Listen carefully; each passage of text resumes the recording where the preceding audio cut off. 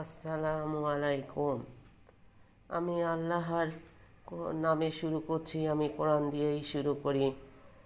আল্লাহ সূরা তহায় বলেছে যে যে আমার স্মরণ থেকে মুখ ফিরিয়ে নেবে তার জীবনযাপন হবে সংকীর্ণ এবং আমি কিয়ামতের দিন অন্ধভাবে তাকে ওঠাবো।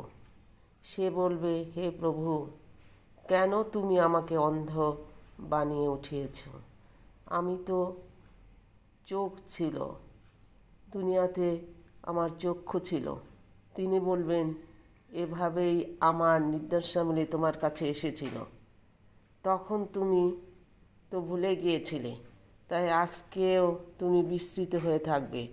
অনুরূপ আমি প্রতিদান দেই তাকে যে সীমালঙ্ঘন করেছে এবং স্বীয় প্রভুর নির্দেশনাবলী বিশ্বাস করেনি। নিশ্চয়ই আখিরাতের শাস্তি কঠিন ও চিরস্থায়ী। আল্লাহ প্রদত্ত দিন থেকে যারা বিমুখ হবে এবং তার নির্দেশনাবলী দেখে অস্বীকার করে, তাদের দৃষ্টিশক্তি, শ্রবণ শক্তি ও বাকশক্তি ছিনিয়ে নেওয়া হবে এবং বোবা বধির ও অন্ধ হয়ে হাসরের ময়দানে উঠবে। এটা হলো হাসরের মাঠের প্রাথমিক অবস্থা। পরবর্তীতে তাদের চোখ, কান ও জিহ্বায় শক্তি দেওয়া হবে, যাতে হিসাব নিকাশের সময় তাদেরকে জিজ্ঞাসাবাদ করা যায় এবং হাসর ময়দানের ভয়াবহ পরিস্থিতি যেন তারা নিজ চোখে দেখতে পায়। এভাবেই যদি আল্লাহর নির্দেশনাবলী, রসুলের দেওয়া পথ অনুসরণ করে আমরা সর্বক্ষেত্রেই চিন্তা ভাবনা করে চলতে পারি এবং প্রত্যেকটা কর্মে সেটা প্রয়োগ করতে পারি, নিজের ক্ষেত্রে সেটা দেখাতে পারি, তাহলে তো যে করবে তারই লাভ। কারণ আমরা আল্লাহ নবী রসুল সেটা করে দেখিয়ে দিয়েছে, আল্লাহ দিয়ে দিয়েছে। আমরা সব কিছু পেয়েও সেটা বোঝার চেষ্টা করি না, মানার চেষ্টা করি না, জানারও চেষ্টা করি না।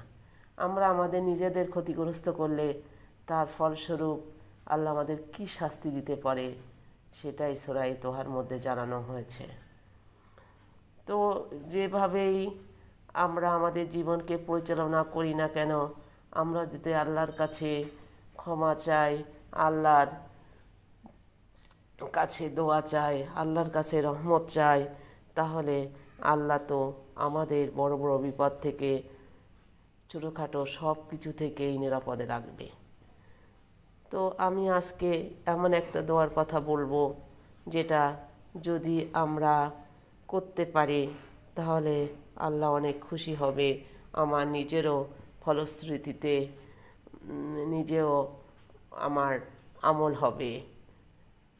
তো যাই হোক, আমরা বলার এবং বোঝানোর চেষ্টা করছি। হযরত আনাস রাদিয়াল্লাহু তাআলা আনহু বর্ণনা করেন যে তিনি রাসূল সাল্লাল্লাহু আলাইহি ওয়াসাল্লামের সঙ্গে ছিলেন। এক ব্যক্তি নামাজ পড়ছিল। নামাজের পর সেই দোয়া পাঠ করল।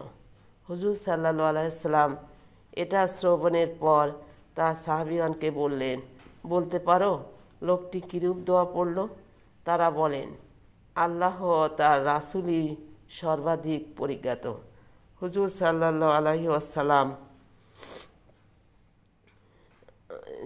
সেই জাতের কসম, হুজুর সাল্লাল্লাহু আলাইহি ওয়াসাল্লাম বললেন, সেই জাতের কসম যার হাতে আমার জীবন, নিঃসন্দেহে সে ইসমে আজমের দ্বারা দোয়া করেছে, যার সাথে দোয়া করলে দোয়া কবুল হয় এবং যা কিছু প্রার্থনা করা হয় আল্লাহ পাক তা দান করেন। আবু দাউদ, তিরমিজি, রুহুল মানি 27 পারা 110 পৃষ্ঠা। লক্ষণীয় যে রাসূল সাল্লাল্লাহু আলাইহি ওয়াসাল্লাম কসম করে বলেছেন যে এটা ইসমে আজম। আল্লাহুম্মা ইন্নী আসআলুকা বিআন্না লাকাল হামদু লা ইলাহা ইল্লা আনতাল মান্নানু বাদিউস সামাওয়াতি ওয়াল আরদি জুল জালালি ওয়াল ইকরাম ইয়া হাইয়্যু ইয়া কাইয়্যুম। হে আল্লাহ, আমি প্রার্থনা করছি যে তোমার জন্য সমস্ত প্রশংসা হোক।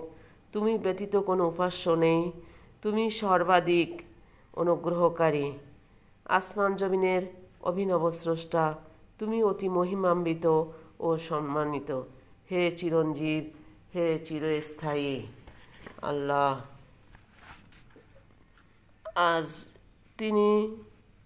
আজ এ পর্যন্তই। আমরা আল্লাহর কাছে দোয়া করতে শিখব, আমাদের মনের কথা বলতে পারবো এবং আমরা আমাদের নির্দোষ ত্রুটি ক্ষমা চাবো। আজকে এই পর্যন্তই। সবাই ভালো থাকেন, পরবর্তীতে আবার দেখা হবে। আসসালামু আলাইকুম।